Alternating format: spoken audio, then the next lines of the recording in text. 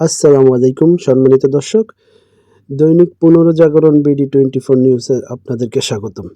দিনাজপুর বীরগঞ্জ উপজেলার ১০ নং মোহনপুর ইউনিয়নের আত্রাই বালিকা উচ্চ বিদ্যালয় মাঠে শিশুদের নেতৃত্বে প্রচারণা ও কর্মসূচি অংশ হিসেবে আলোচনা সভা ও প্রীতি ফুটবল ম্যাচ অনুষ্ঠিত হয়েছে। বুধবার দুপুর ২টায় আয়োজিত অনুষ্ঠানে ফাইভা জিরো প্লাস এবং এনাফ বিষয়ক সচেতনতা বৃদ্ধির লক্ষ্যে শিক্ষার্থী, শিক্ষক, ইউনিয়ন পরিষদের চেয়ারম্যান ও সদস্যবৃন্দ, সিইউবি ও সিভিসি প্রতিনিধি, শিশু ফোরামের সদস্য এবং ধর্মীয় নেতৃবৃন্দ অংশগ্রহণ করেন।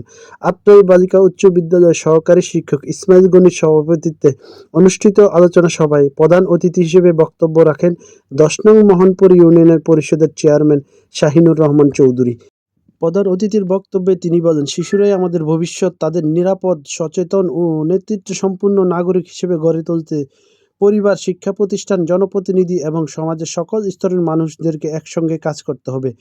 ওয়ার্ল্ড ভিশনের এই ধরনের উদ্যোগ শিশুদের আত্মবিশ্বাস বৃদ্ধি, নেতৃত্ব বিকাশে এবং সামাজিক সচেতনতা তৈরি গুরুত্বপূর্ণ ভূমিকা রাখছে।